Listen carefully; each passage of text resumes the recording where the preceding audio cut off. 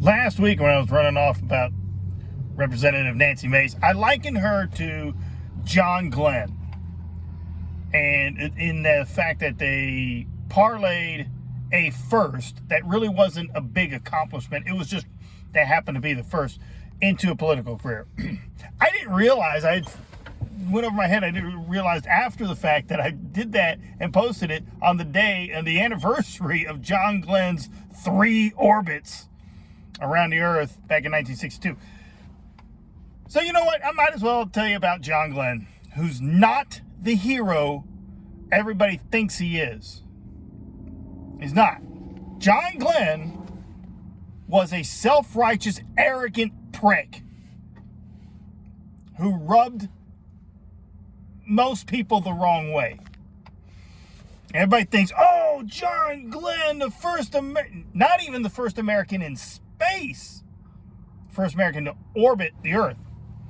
And everybody thinks, and the press ate him up with his golly gee willikers, apple pie, Boy Scout American persona. And everybody thought, oh, when he became the first man to orbit, they were saving him for the big one. And the previous suborbital flights, those are just test flights. And everybody wound up forgetting about Alan Shepard, and much less Gus Grissom, who came before him. And it was, oh, John Glenn, yes, because the press loved some John Glenn. Now I will say this: it was not a hypocrite. I'll give him that.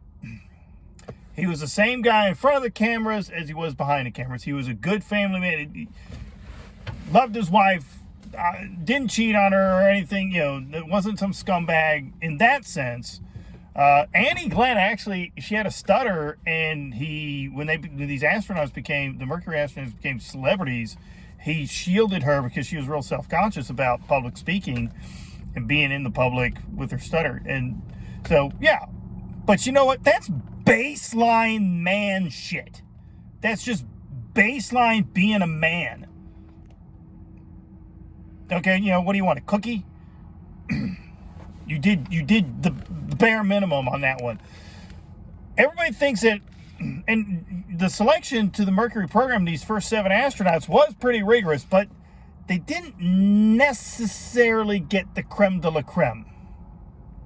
A lot of test pilots, first off, some of the standards that they had cut out a lot of pilots, like Chuck Yeager, because he didn't have a college degree, who was probably the best pilot that there ever was. At least there was nobody better than Chuck Yeager. And he was actually an engineer's dream, because he was able to articulate, hey, what's going on in the airplane to, the pocket protector wearing engineers. But didn't have a college degree, so he was out. Other guys like Scott Crossfield were civilians. They were contracted guys doing test pilot shit. Cut those guys out. And a lot of other guys didn't even apply because they're thinking, I don't know about this whole astronaut thing. Read the right stuff. This is where I get most of the information from. Or listen to it from the guy who was in the movie, Dennis Quaid. Sorry, I almost said Randy Quaid. But he does a great job reading it. So even the guys who got into the astronaut things, once they were selected as astronauts, they're like, is this really going to pan out? John Glenn was out for glory for himself. Shameless self-promoter. To be fair, as officer, even today, you got to engage in a little self-promotion. You got to hit those bullet points on your reviews. But John Glenn, shameless self-promoter. He was in it for himself with his golly gee williker thing. Now here's the golly gee willikers. I don't swear, or I teach Sunday school and stuff. That's what rubbed everybody the wrong way. It's not that other guys weren't family men, and it's just that wasn't part of your culture. These guys came from the 1950s. They were selected, I think, in 59. So 1950s jet jock test pilot culture was hard flying, hard driving, and womanizing. Hard drinking, hard driving, hard flying, and the women. It was Mad Men. This was the era of Mad Men, except with jets. So, you were sleeping around? Man, that was, hey, whatever. And nobody judged anybody. Not saying that the guys who were married, who didn't sleep around, I'm sure there was, I'm not going on for what percentage who was cheating on their wives and stuff like that. But if you didn't look down on those who had a little side action. It wasn't part of, it wasn't your freaking business, but that was part of the culture. Well, John Glenn, when they got selected as astronauts, we should be role models. And he thought everybody should be like him, act like him. Like, he was arrogant. He was fucking arrogant about it. Very prideful, and looked down on the other astronauts because they didn't teach Sunday school. So, and he was kissing the ass of NASA brass, of the guys in charge. All right, there were 3 Air Force guys, 3 Navy guys, and then John Glenn was the Marine.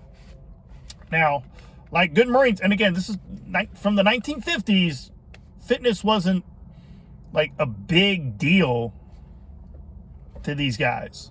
Yeah, they stayed in shape. I'm sure they went running and stuff like that, but not like today where everybody's hit the gym, get swole. It's the 50s, man. How many gyms were there around there? John Glenn would go out for a run everyone. There was a complex and they had rooms that they would stay in when they were there training. So when they were there training, John Glenn was up at 5 o'clock in the morning out running. Okay, yeah, John's the Marine. He's doing his Marine thing. Yeah. It's not that he was going for a run at 5 or 6 o'clock in the morning. It was where he went running.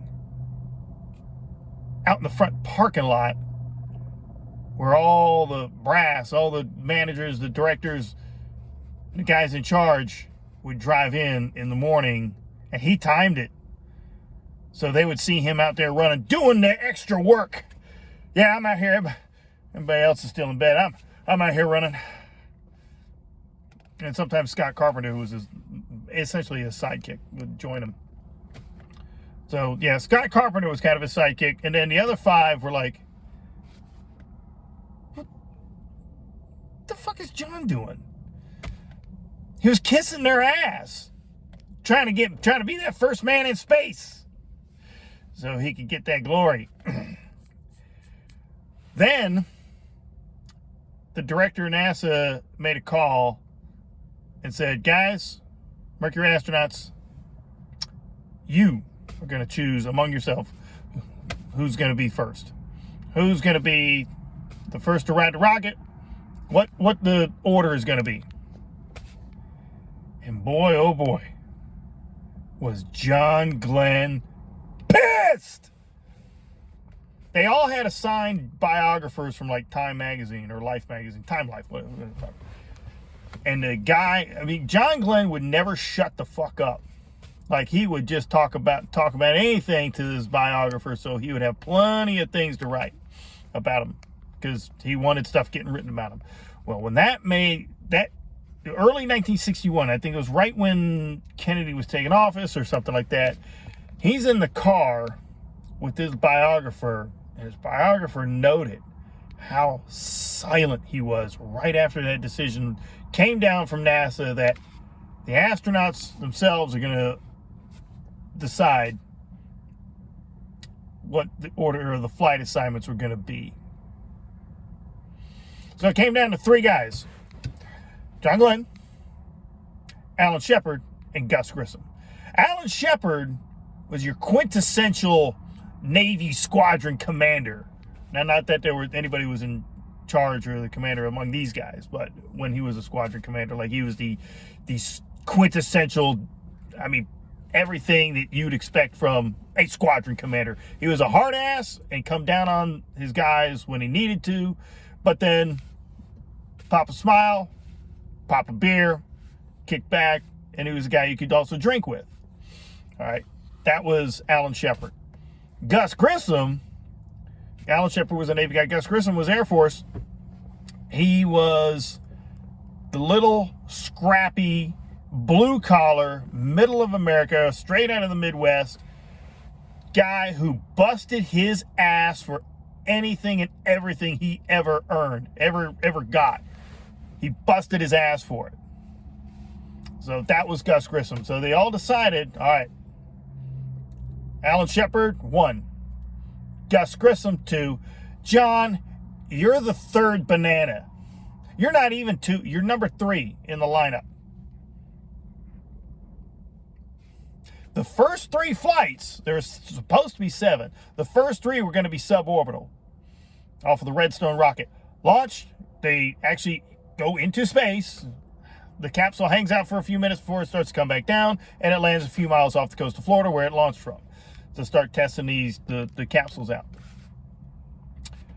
Bam!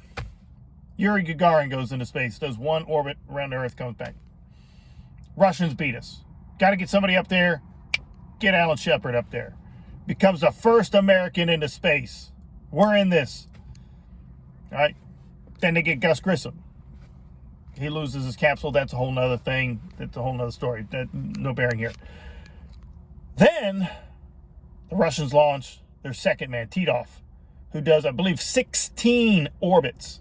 Not just the once around, like Gagarin did, multiple times around the Earth. Now this looks bad because our guys are landing just a few miles away from where they took off without ever going anywhere else. Now the call gets made. The third flight's going to go orbital instead of suborbital. John's the guy. He's in the lineup. The flight assignments were made. No one at NASA, not the astronauts, not the directors, not the politicians, not LBJ, who was vice president running things, sort of. Nobody predicted or could possibly have seen how the American public was going to react to finally getting a guy into orbit. It was as if those other 2 flights were test flights and they didn't even count. We're talking, when John Glenn gets a ticker tape parade in New York City cops, big city cops from the 1960s, lining the streets. As John Glenn passes, they take their hats off and they're weeping. God bless you, John Glenn. Because that's how much it meant to the American people they finally viewed it as we were actually in the space race in competition with the Soviets. Suborbital flights didn't matter. Like, cool. Okay. Now we're actually... John Glenn was eating it up. He happened to be the guy. He wasn't chosen. In fact, he was chosen specifically to get a flight that was not of any notoriety.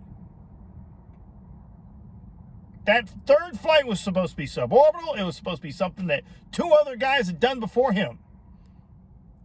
So the other 5 astronauts that he rubbed the wrong way are sitting there like,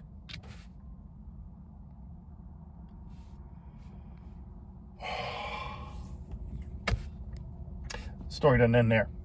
You ever wonder why John Glenn never got another flight until, I think, 2000? Didn't fly on any Gemini or Apollo missions. So there were supposed to be 7 flights. There wound up only being 6. Because Deke Slayton, they found it amazing that this was the case because all the poking and prodding and tests and shit that they did to select these astronauts to begin with. Found out he had a heart murmur. And they didn't know how that was going to affect, what effect zero gravity in space would have, and the stresses of the launch and reentry was going to have on a heart murmur. So they said, Deke, we can't send you into space. But as consolation, because you are one of the original Mercury 7, you're going to be the guy who selects the flight assignments for Gemini and Apollo all the way through. So Deke, being one of the ones that John Glenn had rubbed the wrong way, made it clear in so many words, yeah, John, you may get a Gemini flight, you're not going on Apollo.